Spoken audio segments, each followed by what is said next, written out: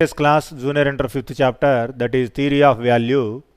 We are discussed about classification of markets, మార్కెట్ల వర్గీకరణ, features of perfect competition we are explained. ఇంతకుముందు క్లాస్లో మనకున్నటువంటి మార్కెట్ల వర్గీకరణ గురించి, పరిపూర్ణ లేదా సంపూర్ణ పోటీ మార్కెట్ యొక్క లక్షణాలను గురించి చర్చించాం. అదే వరుసలో అదే అధ్యాయం నుంచి మనకి పరిపూర్ణ పోటీలో సమతౌల్య ధర ఏ విధంగా నిర్ణయించబడుతుందో ఈరోజు పరిశీలిద్దాం. Price determination under perfect competition market. In perfect competition price is not determine single firm. ఎందుకంటే పరిపూర్ణ పోటీలో ఇండస్ట్రీ యాజ్ ఏ హోల్ ఉంటుందండి. Number of firms adding together we may call it is an industry. మరి market అనగానే number of sellers ఉన్నట్టుగా ఇక్కడ ఉన్నటువంటి firms కూడా ఎక్కువ ఉంటాయి. సంస్థల యొక్క సంఖ్య కూడా చాలా ఎక్కువగా ఉంటుంది. మరి ఏ ఒక్క సంస్థ యొక్క నిర్ణయాన్ని అదే ధరగా మనం ఒప్పుకోవడానికి ఛాన్స్ అనేది ఉండదు. It is determined by the industry on total demand on total supply of the commodity in the market. అందుకని మనకి టోటల్ డిమాండ్ కాన్సెప్ట్ కావాలి, టోటల్ సప్లై కాన్సెప్ట్ కావాలి. These two concept are combinedly are commonly deciding market price.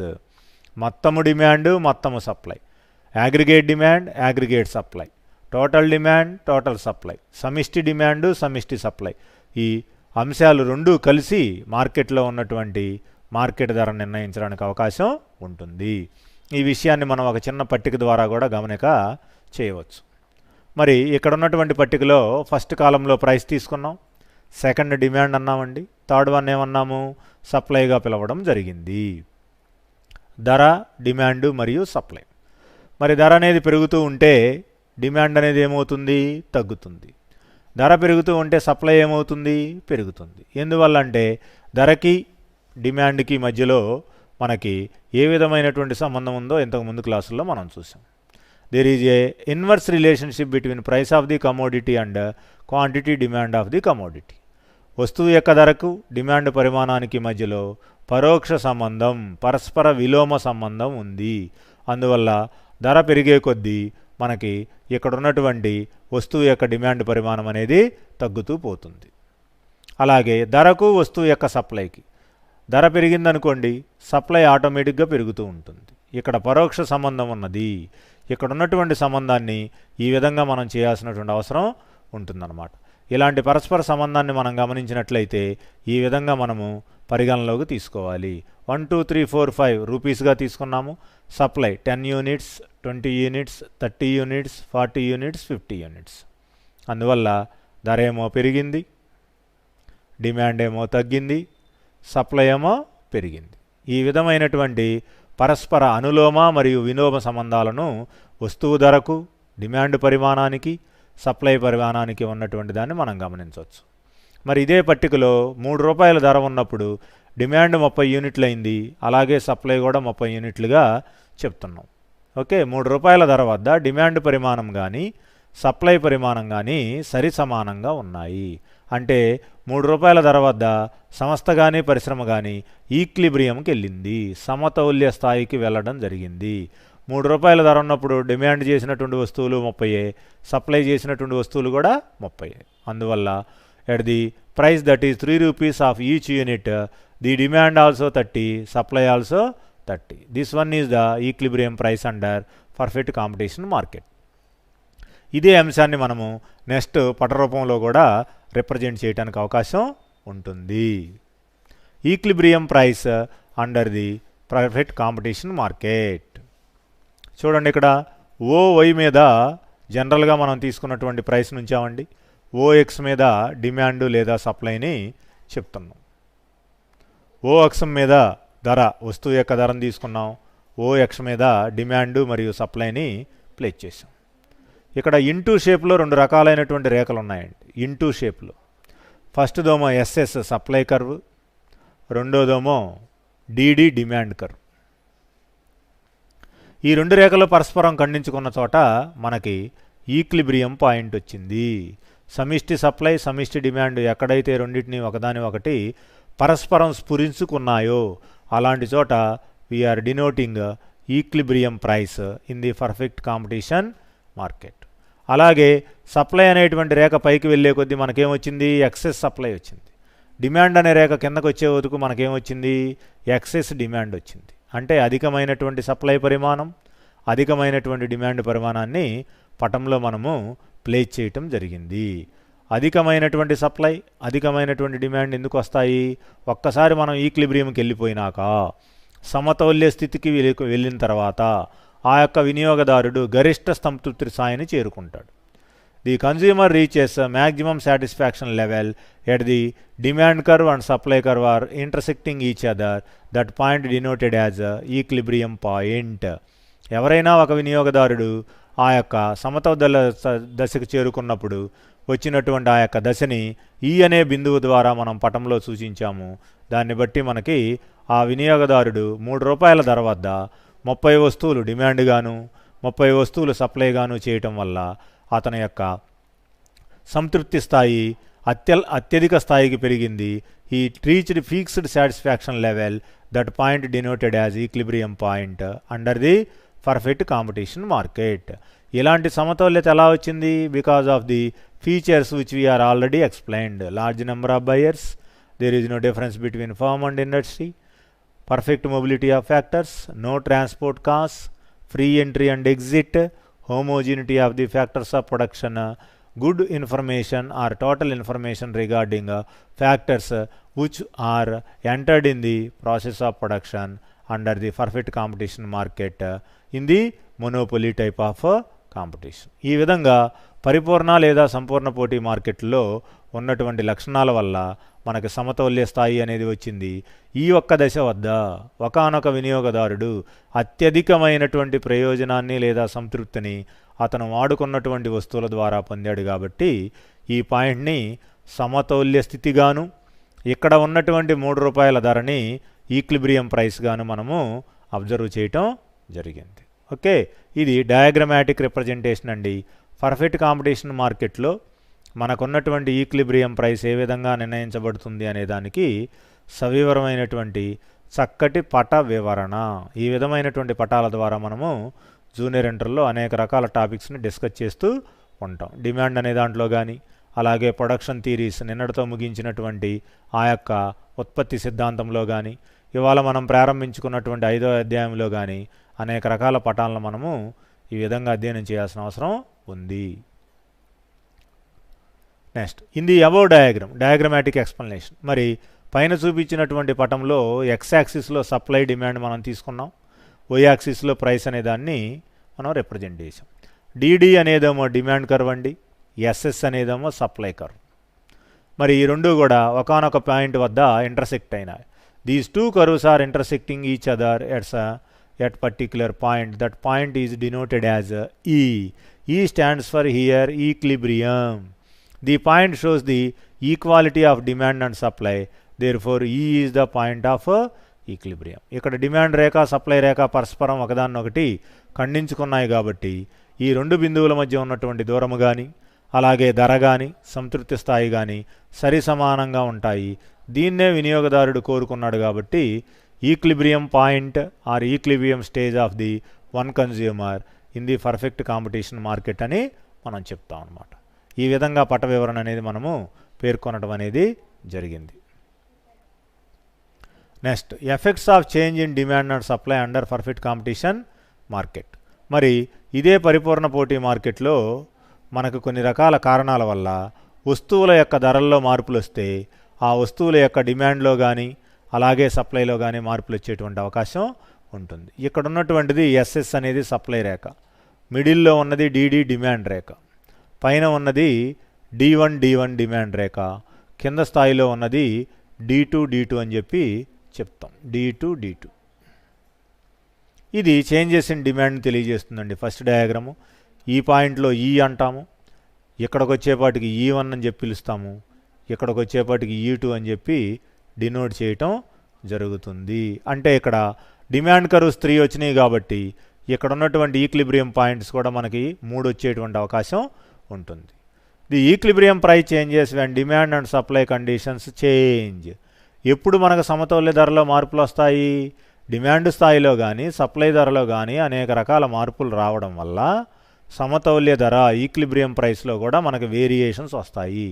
మనకున్నటువంటి పీడిఎస్లో price, demand, supply, వస్తువు ధర, వస్తువు demand, వస్తువు యొక్క సప్లైలో ఏ ఒక్క దాంట్లో ఫ్లక్చుయేషన్స్ వచ్చినా, మార్పులు వచ్చినా, whether that particular fluctuation is increased fluctuation or that particular fluctuation is decreased fluctuation, ఆ వచ్చినటువంటి హెచ్చుతగ్గులు పెరిగినవి కావచ్చండి, తగ్గినవి కావచ్చండి, అక్కడ ఒకటి మారితే దాని యొక్క ప్రభావం రెండవ దాని మీద ఉంటుంది. అందువల్ల ప్రైస్, డిమాండ్, సప్లై మూడు కూడా పరిపూర్ణ పోటీ మార్కెట్లో ముఖ్యమైనటువంటి పాత్ర పోషిస్తాయి.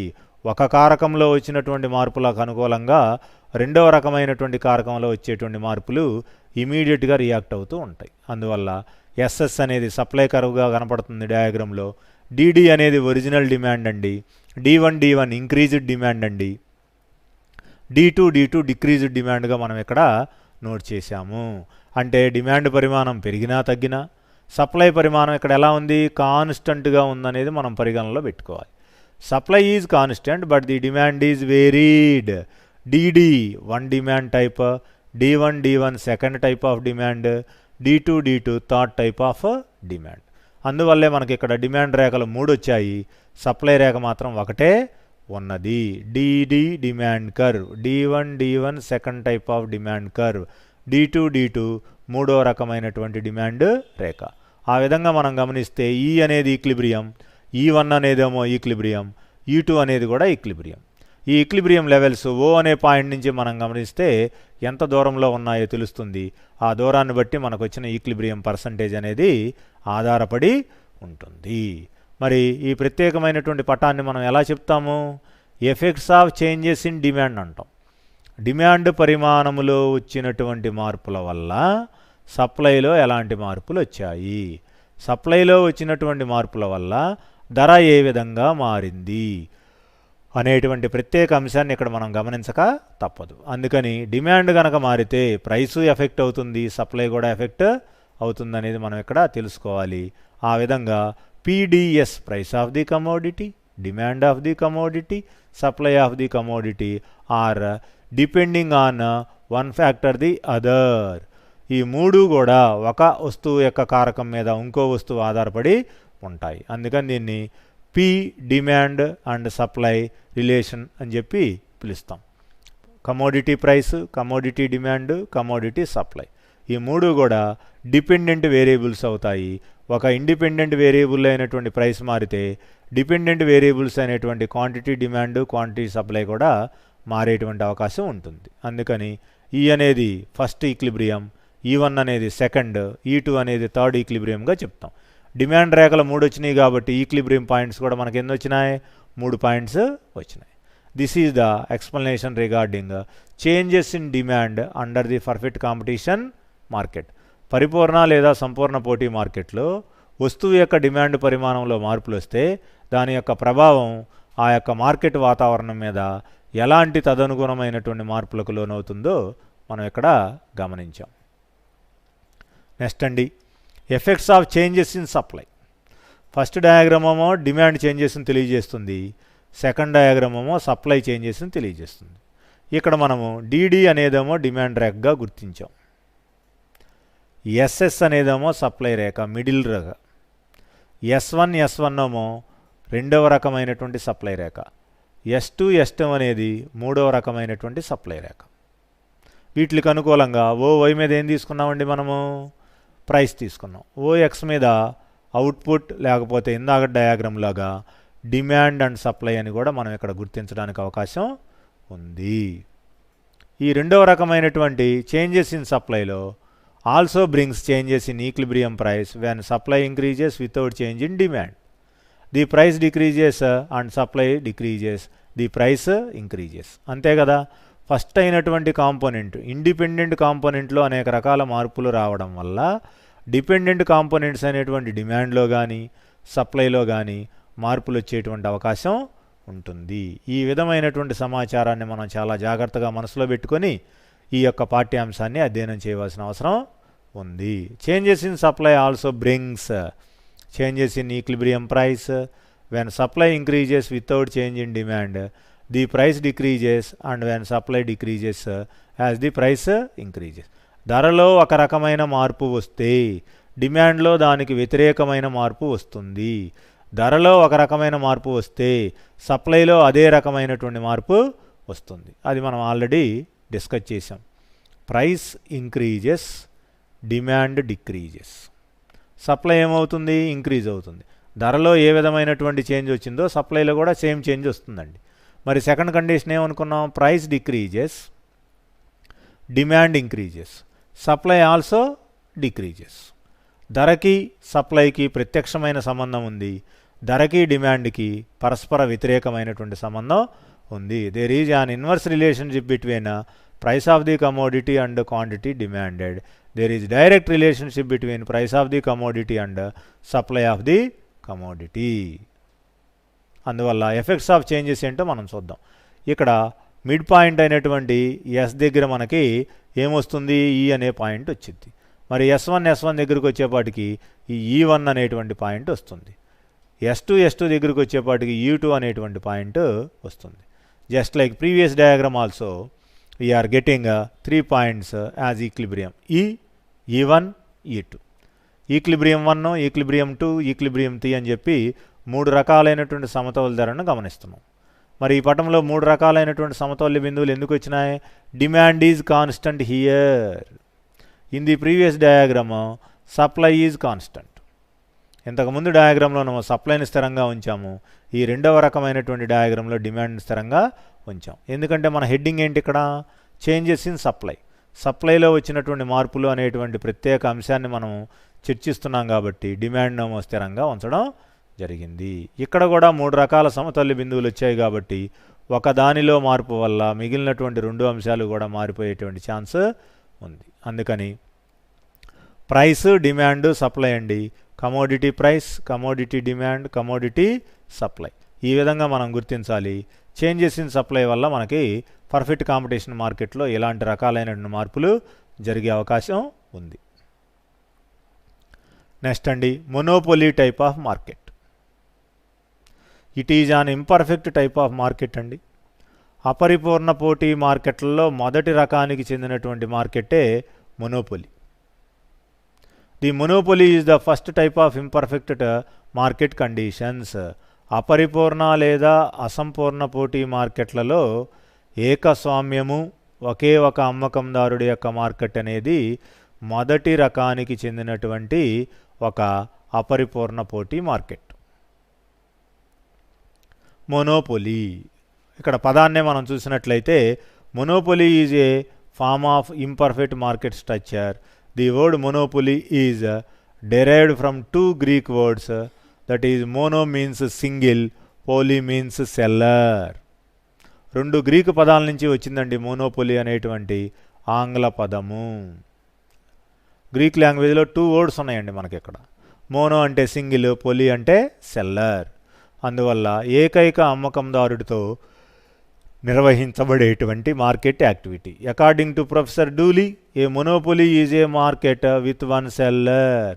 డూలీ అనేటువంటి ఆర్థికవేత్త ఏకస్వామ్యాన్ని ఒక అమ్మకందారుడితో ఉండేటువంటి మార్కెట్గా వర్ణించడం జరిగింది. In the monopoly type of market there is no question of second seller, third seller, fourth seller, and there is no place for second seller for the same commodity which was ready to sell by the mono seller or single seller. ఏకస్వామ్యంలో ఉన్నటువంటి ఏకైక అమ్మకందారుడు అమ్మడానికి సిద్ధపడినటువంటి ఈ యొక్క వస్తువుకి రెండవ అమ్మకందారుడు అనేవాడు ఉండడు. రెండవ అమ్మకందారుడు వస్తే మనం టైటిల్ని మార్చుకోవాల్సినటువంటి అవసరం వచ్చింది. అప్పుడు మొనోపోలీ అనకుండా డియోపోలీగా పిలవాల్సినటువంటి పరిస్థితి ఉంటుంది. అందువల్ల monopoly is a imperfect market structure. The word monopoly is derived from the 2 Greek words. First word is mono, which has the meaning as single. Poly means seller. According to Professor Dooley, a monopoly is a market with a single seller or one seller అని చెప్పాలి మనం. Next, features of the monopoly అండి. ఏకస్వామ్యంలో ఉన్నటువంటి market యొక్క లక్షణాలు చూడాలి మనం. There is single seller in the market. ఈ మార్కెట్ మొత్తం మీద కూడా ఒకే అమ్మకందారుడు ఉంటాడు. The goods produced by monopolist has no close substitutes. ఏకస్వామ్యదారుడు అమ్మేటువంటి వస్తువులకి సబ్స్టిట్యూట్స్ ఉండవు. దిస్ ఆర్ దట్ అనేటువంటి వస్తువులు పొరపాటును కూడా ఉండవు. Whether the using of tea or the using of coffee, అంతే కదా. సబ్స్టిట్యూట్ అంటే ఏం చెప్పాం మనము? దిస్ ఆర్ దట్ అని చెప్పి ఒక కొండ గుర్తు పెట్టుకోమని చెప్పాం విద్యార్థులకి. మరి ఇక్కడ సబ్స్టిట్యూట్ అనే వర్డ్ వచ్చింది, మనకేమని గుర్తుండాలి? Whether the using of this commodity or that commodity, ఈ వస్తువుని లేదా ఆ వస్తువుని అని చెప్పి చెప్తాం. ఆల్టర్నేటివ్ అనమాట. There is no distinction between firm and an industry. In the imperfect type, that is first type of imperfect monopoly, there is no differentiation between firm and an industry. ఈ యొక్క ఏకస్వామ్య పోటీ మార్కెట్లో సంస్థకు కానీ పరిశ్రమకు కానీ ఎలాంటి వ్యత్యాసము ఉండవు. రెండింటినీ కూడా ఈక్వల్గా అనుకోవాలి. అందువల్ల F=Iగా మనం కన్సిడర్ చేయాల్సినటువంటి పరిస్థితి ఉంది. There is single seller in the market. The goods produced by monopolist has no closer substitutes. ఇక్కడ ఏకస్వామ్యదారుడి చేత ఉత్పత్తి చేయబడేటువంటి వస్తువులకి ఎలాంటి ప్రత్యామ్నాయ వస్తువులు కూడా ఉండవు. There is no differentiation between firm and industry in the monopoly type of market. ఏకస్వామ్య మార్కెట్లో పరిశ్రమలో ఉన్నటువంటి సంస్థలకి మొత్తంగా చెప్పబడుతున్నటువంటి ఆ యొక్క పరిశ్రమకి ఎలాంటి వ్యత్యాసాలు కూడా ఉండవు. దీన్ని ఒక ప్రత్యేక అంశంగా మనము గుర్తుపెట్టుకోక తప్పదు. నెక్స్ట్ అండి, no new firm can enter into the market. కొత్త సంస్థ కానీ దానికి సంబంధించినటువంటి వ్యక్తులు కానీ ఫామ్లోకి ఎంట్రీ ఇవ్వడానికి అవకాశం అనేది లేదు. There is no question of free entry in to the market, that is imperfect type monopoly market. ఏకస్వామ్యం లాంటి అపరిపూర్ణ పోటీ మార్కెట్లో కొత్త సంస్థ కానీ ఆ సంస్థకు సంబంధించిన వ్యక్తులు కానీ ప్రవేశించడానికి అవకాశం లేదు. There is no question of entry in to the market activity by a new firm. ఒక కొత్త సంస్థ మార్కెట్లోకి ప్రవేశించి తన కార్యకలాపాలను కొనసాగించడానికి అవకాశము లేదు కాబట్టి దీన్ని ఏమని పిలిచాం? Monopoly, mono seller market, one man show అని చెప్పాం. Firm is a price maker, monopolist can fix price of the product. ఇక్కడ ఉన్నటువంటి సింగిల్ ఫర్మ్ ప్రైస్ మేకర్ అండి, తనే తన యొక్క వస్తువు ధరను నిర్ణయిస్తుంది. మొనోపొలిస్ట్ కూడా అదే ధరను పాటించక తప్పదు. అంటే monopolist seller, single seller has the power to decide the price of the commodity market in the whole type of market. The price fixed by the solo seller is fixed by the all type of market sellers. ఏకస్వామ్యదారుడి చేత నిర్ణయించబడినటువంటి ధర వల్ల market మొత్తం మీద అదే ధరని పాటించవలసినటువంటి పరిస్థితి కూడా ఏకస్వామ్యంలో మనకి కనపడుతుంది. The average revenue slopes downwards. సగటు రాబడి రేఖ ఏకస్వామ్య పోటీ మార్కెట్లో క్రిందికి వాలి ఉంటుంది, ఏఆర్ కర్వ్. ఎందుకంటే ఇది అపరిపూర్ణ పోటీ మార్కెట్ కాబట్టి ఇక్కడ ఉన్నటువంటి సగటు రాబడి రేఖ సరాసరిగా ఎడమ నుండి కుడికి కిందికి వాలి ఉంటుంది. దీన్నే downward sloping of the particular average revenue curve in the monopoly type of market as an imperfect type of market condition in the theory of value as our chapter. విలువ సిద్ధాంతం అనేటువంటి అధ్యాయంలో ఏకస్వామ్యం అనేటువంటి ఒక ప్రత్యేకమైన పాఠ్యాంశంలో ఏఆర్ రేఖ అపరిపూర్ణ పోటీ కారణం చేత కిందికి వాలి ఉంటుంది. దాని యొక్క స్లోప్ను కూడా మనం ఇక్కడ పటం మీద గమనించక తప్పదు. Profit maximisation is the main object of the firm. సంస్థ యొక్క అత్యుత్తమ లక్ష్యం ఏంటంటే ప్రాఫిట్ మ్యాక్సిమైజేషన్. సంస్థకు లేకపోతే పరిశ్రమకు తెచ్చిపెట్టేటువంటి లాభాల పరిణతి ఏమవ్వాలి? పెరగాలి. ఇక్కడ లాభాల కోసమే మోనోసెల్లర్ ఉంటాడు, లాభాల కోసమే వస్తువుకి సబ్స్టిట్యూట్ గూడ్స్ లేకుండా చేశాం. ఈ లాభాలను ఆశించే ఫర్మ్కి ఇండస్ట్రీకి తేడా లేకుండా చేశాం. ఈ లాభాల కోసం మాత్రమే రెండవ రకమైన సంస్థకు మార్కెట్లో ప్రవేశించేటువంటి అవకాశం లేకుండా చేశాం. Okay, these are the various features of monopoly as an type of imperfect competition market. Single seller in the market. Goods produced by monopolist has no close substitutes. There is no difference between firm and an industry. No new firm can enter into the market. Firm is a price maker. Monopolist can fix price of the product. The average revenue curve slopes downwards. Profit maximization is the main object of the firm. మొత్తం 7 ఉన్నాయండి. ఇక్కడ ఉన్నటువంటి 7 రకాలైనటువంటి లక్షణాల ద్వారా monopoly అనేది clear కట్గా imperfect type market అని మనం చాలా స్పష్టంగా చెప్పడానికి అవకాశం ఉంది. ఇది అపరిపూర్ణ పోటీ మార్కెట్లలో మొదటి రకానికి చెందినటువంటి ఒక ప్రత్యేకమైన మార్కెట్ వాతావరణం. Next, equilibrium of firm under monopoly. మరి ఈ యొక్క ఫామ్కి ఈక్విలిబ్రియం ఎలా వచ్చింది? సింగిల్ ఫామ్ అన్నాగా, సింగిల్ సెల్లర్ అన్నప్పుడు ఒక్కో సెల్లర్ ఒక్కో ఫామ్కి ఓనర్ అవుతారు. మరి there is no question of second firm second seller. ఏకస్వామ్యంలో రెండవ సంస్థకు కానీ రెండవ అమ్మకందారుడికి కానీ ఎలాంటి అవకాశం కల్పించలేదు కాబట్టి ఈ సింగిల్ ఫాము మొనోపొలీలో ఈక్విలిబ్రియంకి ఎలా వచ్చింది? ఈక్విలిబ్రియం అంటే ఏం చెప్పుకున్నాం? హైయెస్ట్ ప్రాఫిట్స్ లెవెల్, అత్యధికమైనటువంటి లాభాల దశ. ఈ అత్యధికమైనటువంటి లాభాల దశకి మనం ఏ విధంగా చేరుకుంటామనేది ఇక్కడ మనం చెప్పుకోవాలి. Monopolist always desires to get maximum profits. ఏకస్వామ్య అమ్మకందారుడు ఎల్లప్పుడూ కూడా అత్యధిక లాభాల కోసమే తన యొక్క నిరంతర ప్రయత్నాలను చేస్తూ ఉంటాడు. He's long time and all type of attempts made by the monopolist are reaching only one goal, that is profit maximization for the same product. ఒకానొక వస్తువును అమ్మటం ద్వారా ఈ యొక్క ఏకస్వామ్య అమ్మకందారుడు అత్యధిక లాభాలను ఆర్జించడానికి నిర్ణయించుకుంటాడు. ఈ క్రమంలో భాగంగా అతను అనేక రకాల అటెంప్ట్స్, ప్రయత్నాలు చేస్తూ ఉంటాడు. A monopolist earns maximum profits when he reaches equilibrium. మరి ఈ యొక్క ఈక్విలిబ్రియం పాయింట్కి వెళ్ళినప్పుడే ప్రాఫిట్స్ వస్తాయి కాబట్టి అలాంటి పాయింట్కి ఇతను ఎప్పుడు వెళ్తాడో మనం ఇక్కడ ఈ పట సహాయంతో చెప్పుకోవచ్చు. Okay, here we're having 2 types of conditions for equilibrium. MC is equal to MR, marginal cost is equal to marginal revenue. ఉపాంత రాబడి రేఖ అలాగే ఉపాంత వ్యయ రేఖకు సరి సమానం అవ్వాలి. This is the first condition for equilibrium under monopoly. MC cuts MR from below. MC రేఖ ఎంఆర్ రేఖని క్రింది నుంచి ఖండించవలసినటువంటి పరిస్థితి ఉంటుంది. ఈ రెండింటిని మనం డయాగ్రామ్లో రిప్రజెంట్ చేసాం. These are the 2 essential conditions for the equilibrium price and maximum satisfaction levels of the consumer in the imperfect type competition, that is monopoly type. OY మీద చూడండి, మనం ఏం తీసుకున్నాం? ప్రైస్, రెవెన్యూని డిస్ప్లే చేసాం. ఓఎక్స్ మీద డిమాండ్ లేకపోతే అవుట్పుట్ని display చేసాం. ఇక్కడ ఈ బాక్స్కి పీక్యూఆర్ఎస్ అని పేరు పెడతామండి. పీక్యూఆర్ఎస్.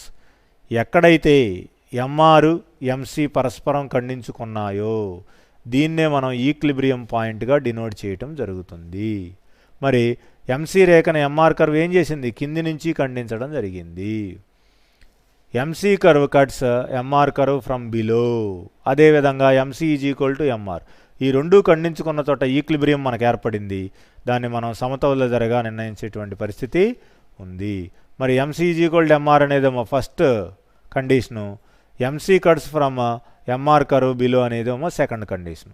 ఈ డయాగ్రామ్లో ఈ రెండు కండిషన్స్ని మనం సాటిస్ఫై చేశాం కాబట్టి దీన్ని మనం ఈక్విలిబ్రియం పాయింట్గా డినోట్ చేస్తున్నాము. ఇక్కడ మరి లాభాల దశ ఉందండి. ఈ లాభాల దశని మనం ఒక చిన్న బాక్స్ లాగా మనము గుర్తించే ప్రయత్నం చేసాం. పీక్యూఆర్ఎస్ పటంలో పీక్యూఆర్ఎస్ అనేది ఒక చిన్న బాక్స్ లాంటిది. ఈ బాక్స్నే మనం లాభాల దశ, ప్రాఫిట్ లెవెల్గా ఐడెంటిఫై చేసాం. మరి ఏఆర్ కర్వ్ ఎలా ఉంది? ఇక్కడ డౌన్వర్డ్స్ ఫ్రమ్ బిలో అని చెప్పాము. అలాగే ఎంఆర్ రేఖ కూడా క్రిందికి వాలుతూనే ఉంది.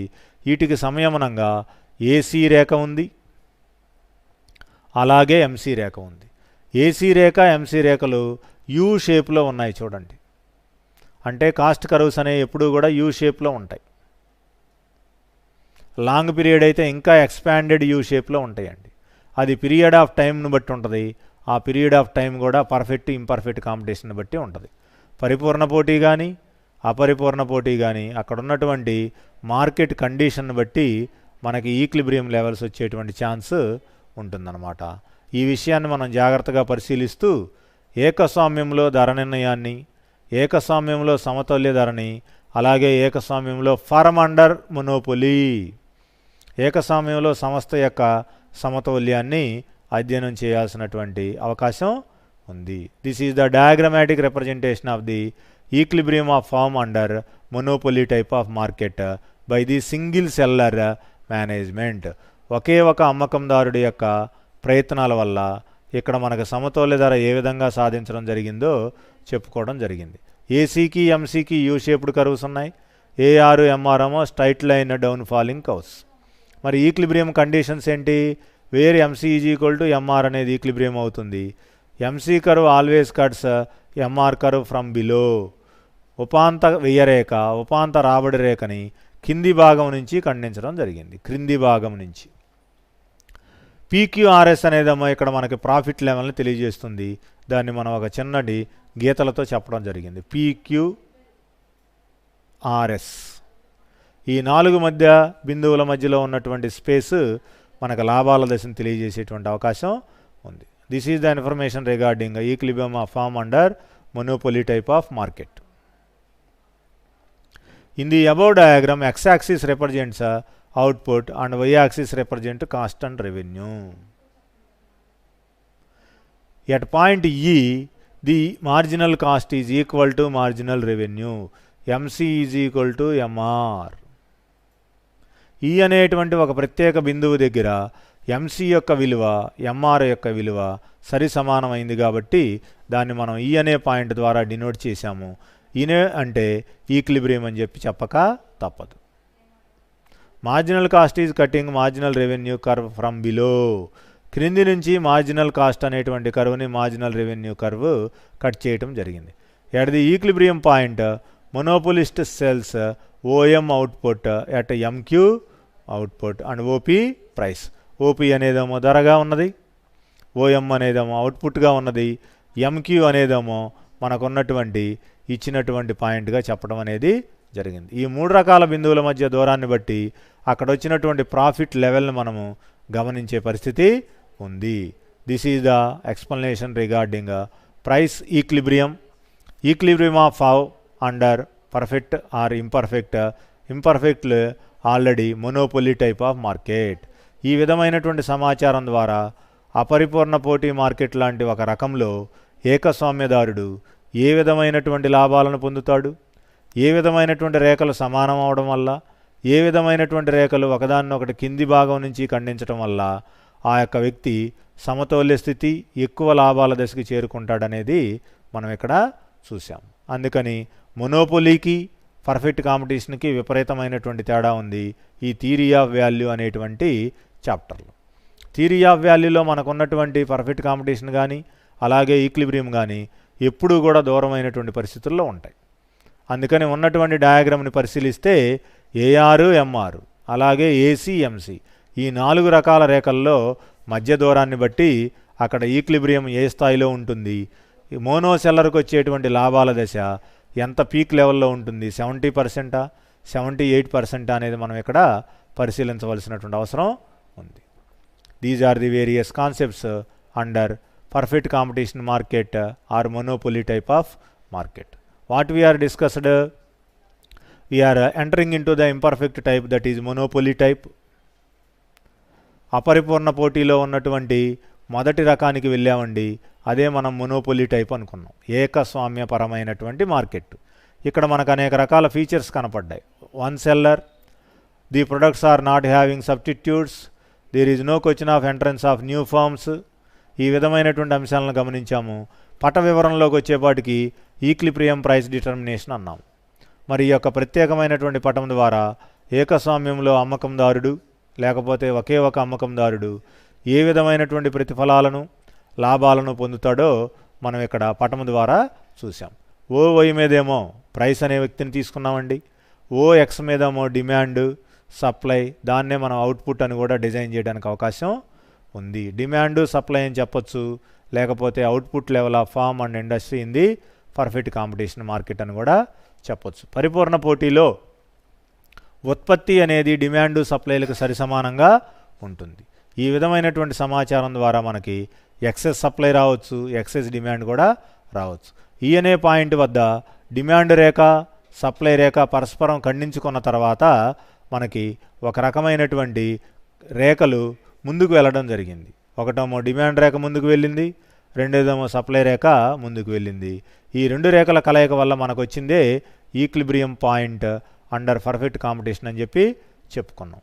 పరిపూర్ణ పోటీ మార్కెట్లో మనకున్నటువంటి సమతౌల్య ధర ఏ విధంగా వచ్చింది, ఆ యొక్క వినియోగదారుడు హైయెస్ట్ సాటిస్ఫాక్షన్ లెవెల్కి ఏ దశ దగ్గర చేరుకున్నాడు అంటే ఇంటూ షేప్లో ఉన్నటువంటి రెండు రేఖలు ఎక్కడైతే కలుసుకున్నాయో అదే equilibrium point of the particular customer or consumer with the intersection of demand and supply curves అని చెప్పి చెప్పచ్చు. ఎక్కడైతే పరస్పర వ్యతిరేకమైనటువంటి విధానంలో వెళుతున్నటువంటి డిమాండ్ రేఖ సప్లై రేఖ పరస్పరం ఒకదాన్నొకటి స్పృశించుకున్నాయో ఆ ప్రత్యేక బిందువు వద్ద ఈ అనే పాయింట్కు చేరుకున్నాము. సంస్థకు లేదా పరిశ్రమకు అత్యధిక లాభాలు వచ్చింది కూడా అదే బిందువు వద్ద.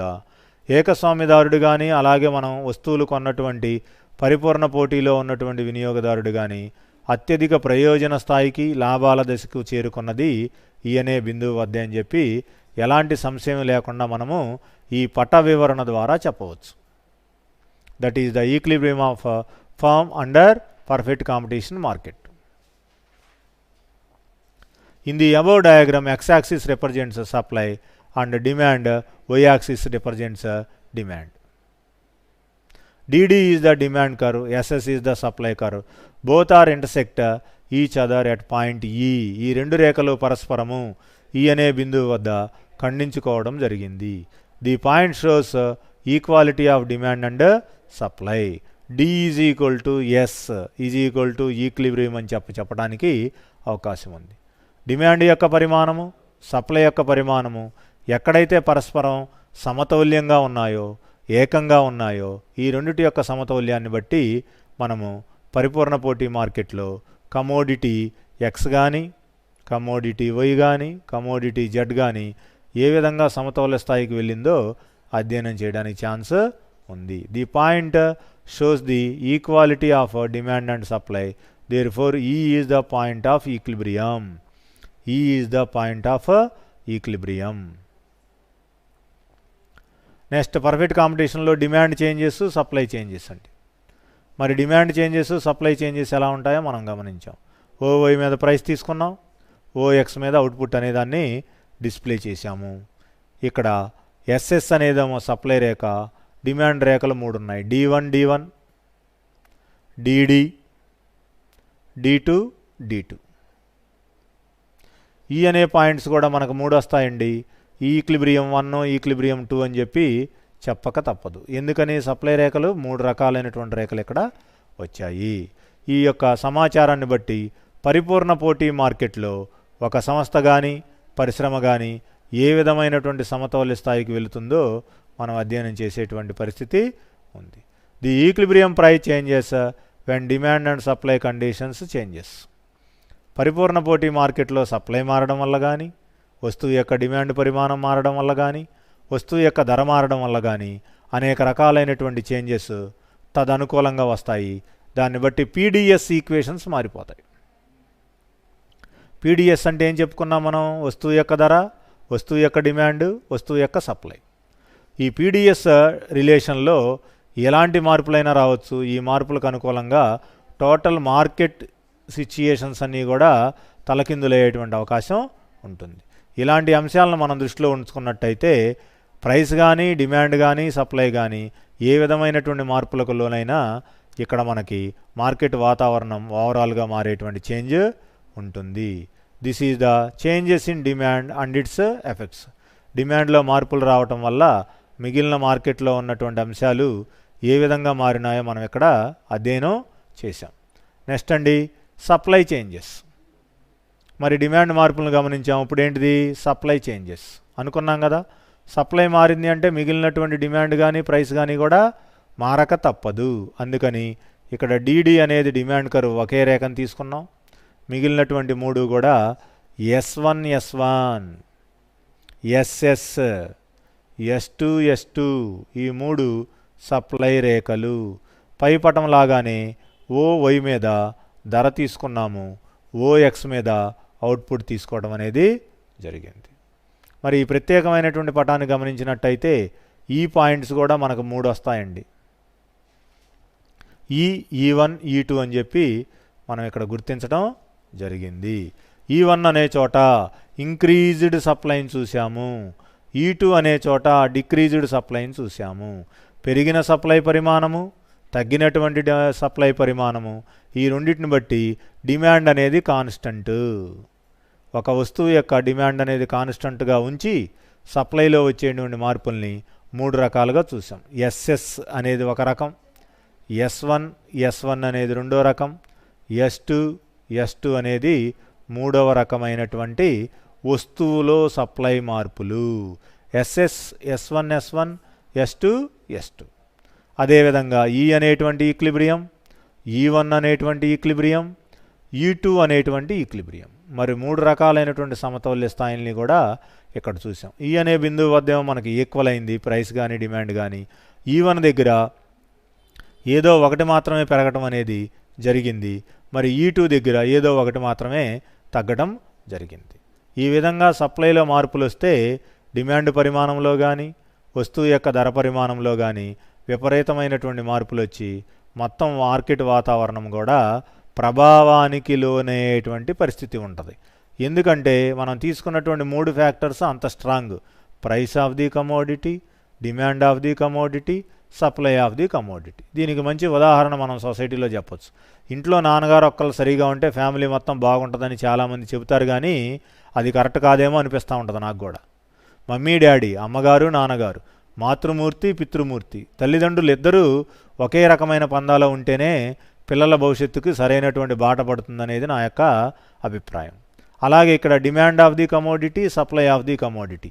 ఒక మార్కెట్లో సరైన లాభాలు రావాలన్నా, ఒక వినియోగదారుడు ఒక వస్తువు యొక్క వాడకం ద్వారా గరిష్ట సంతృప్తి, అత్యధిక సంతృప్తి స్థాయికి చేరుకోవాలి అన్నా ధర సహకరించక తప్పదు. అలాగే సప్లై, డిమాండ్ లాంటి కారకాలు కూడా సహకరించక తప్పదనేటువంటి అంశాన్ని మనము గుర్తుంచుకోవాల్సినటువంటి అవసరం ఉంది. అందువల్ల రెండవ రకమైనటువంటి పటంలో సప్లై మారింది, సప్లై మారడం వల్ల డిమాండ్ పరిమాణంలో మార్పులు వచ్చాయి. ఈ రెండు మారినప్పుడు ధర యొక్క ప్రభావం కూడా విపరీతంగా ఉండేటువంటి పరిస్థితి మనకు గోచరిస్తూ ఉంది. ఇది వివరణాత్మకంగా పటరూపంలో చూసాం, అలాగే ఎక్స్ప్లనేషన్ పార్ట్లో కూడా మనం ఇక్కడ అధ్యయనం చేశాము. నెక్స్ట్ ఇంపర్ఫెక్ట్ కాంపిటీషన్ అండి. దాన్నే ఇక్కడ మొనోపొలీగా పిలుస్తున్నాం. Imperfect type. Monopoly is a imperfect market competition. The word monopoly is derived from 2 Greek words. Mono means single, poly means seller. According to Professor Dooley, a monopoly is a market with one seller. ఈ మార్కెట్లో ఎప్పుడూ కూడా one సెల్లరే ఉంటాడు, ఏకైక అమ్మకందారుడి చేత నడపబడేటువంటి మార్కెట్లు. మరి దీనికి కొన్ని క్యారెక్టరిస్టిక్స్ ఆర్ ఫీచర్స్ ఉన్నాయండి. అవి: there is a single seller in the market, the good produced by monopolist has no close substitutes అంటే దిస్ ఆర్ దట్ అనుకున్నాం. ఈ వస్తువు బదులుగా ఆ వస్తువును వాడటానికి అవకాశం ఉంటుందా. There is no distinction between firm and industry, అంటే ఫర్ము ఇండస్ట్రీ రెండూ కూడా సరి సమానమైనటువంటి సంస్థలు. ఫామ్కి ఇండస్ట్రీకి ఆ విధమైనటువంటి పోలిక అపరిపూర్ణ పోటీ మార్కెట్ అనేటువంటి మొనోపొలీలో ఉంటుంది. Next, no new firm can enter into the market. ఎలాంటి కొత్త సంస్థలు కూడా మొనోపొలీలోకి ప్రవేశించేటువంటి అవకాశం లేదు. Firm is a price maker. మరి సంస్థ అనేదేమో ధరను తీసుకుంటుంది. Monopolist can fix price of the product. ఏకస్వామ్యదారుడు తన ఇష్టం వచ్చినటువంటి ధరను నిర్ణయించేటువంటి పరిస్థితి ఉంటుంది. మరి యావరేజ్ రెవెన్యూ కర్వ్ స్లోపింగ్ ఎలా ఉంటుంది? ఎప్పుడూ కూడా డౌన్వర్డ్కే ఉంటుందండి యావరేజ్ రెవెన్యూ కర్వ్. అలాగే మనకున్నటువంటి ఎంఆర్ కూడా కిందకే ఉండేటువంటి పరిస్థితి ఉంది. Profit maximisation is the main object of the firm కానీ సింగిల్ సెల్లర్ కానీ తన యొక్క ధరలను ఏం చేస్తూ ఉంటాడు? ఇంకా ఎక్కువ చేసుకుంటూ ఉంటాడు. ఇలాంటి ఎక్కువ చేసుకోవటం అనేటువంటి మార్గం ద్వారా అతని యొక్క ఇంపర్ఫెక్ట్ టైప్ అపరిపూర్ణ పోటీ మార్కెట్లో ఏకస్వామ్య అమ్మకందారుడు ఎటువంటి లాభాలను పొందుతాడో మనకి ఈ కాన్సెప్ట్ ద్వారా అర్థం అవుతుంది. అదేవిధంగా మొనోపొలీలో ప్రైస్ డిటర్మినేషన్ అనుకున్నాము. Equilibrium firm under monopoly type of market. ఇక్కడ 2 కండిషన్స్ ఉన్నాయి. MC is equal to MR అవ్వాలి. Marginal cost curve always equals to the marginal revenue curve. MC curve cuts MR curve from below. MC రేఖను MR రేఖ క్రింది నుంచి ఖండించవలసినటువంటి పరిస్థితి ఉంటుంది. అలాంటి బిందువు వద్దే మనకి ఈ అనేటువంటి పాయింట్ వస్తుందన్నమాట. పీక్యూఆర్ఎస్ అనేటువంటి బాక్స్ ఏమో లాభాలను సూచిస్తుంది. ఈ యొక్క లాభాలను సూచించేటువంటి బాక్స్ను మనం ఈ విధంగా గీతలతో షేడప్ చేయవచ్చు. ఏఆర్ ఎంఆర్ డౌన్వర్డ్ స్లోపింగ్లోనే ఉన్నాయి. ఎంసీ ఏసీ రెండు కూడా యూ షేప్లోనే ఉన్నాయి గమనిస్తే. చూడండి, ఇక్కడ ఫస్ట్ దోమో ఎంసీగా చెప్తున్నామండి, ఇక్కడ ఉన్నటువంటి కరువునేమో ఏసీగా చెప్తున్నాం. ఈ రెండు రేఖలు కూడా ఒకదాన్నొకటి కింది భాగం నుంచి ఖండించుకోవడం జరిగింది. ఆ పాయింట్ వద్ద ఉన్నటువంటి బిందువునే ఈక్విలిబ్రియంగా చెప్తున్నాం. MC is equal to MR. MR curve cuts MC curve from the below. Monopolist always desires to get maximum profits.